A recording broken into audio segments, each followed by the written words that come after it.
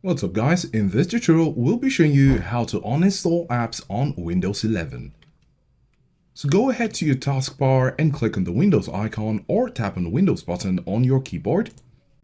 And we're going to be looking for settings. You can look for settings here in under pin, or you can search for settings here. When you find settings, click on it. And then under settings on the left side, you're going to click on the apps tab. Under apps, you can see installed apps and you can click on it. This will bring out all the apps you have on your PC. Go ahead and find the app you want to uninstall. For example, if you want to uninstall Arc, we're going to come over to the Arc section, and at the extreme right, we're going to click on the three dots there for more options. When you click on more options, you're going to see advanced options, move, and uninstall.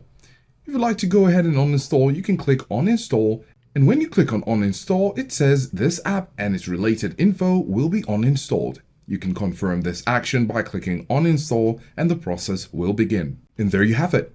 If this was helpful, do give a like and subscribe for more videos, and thanks for watching.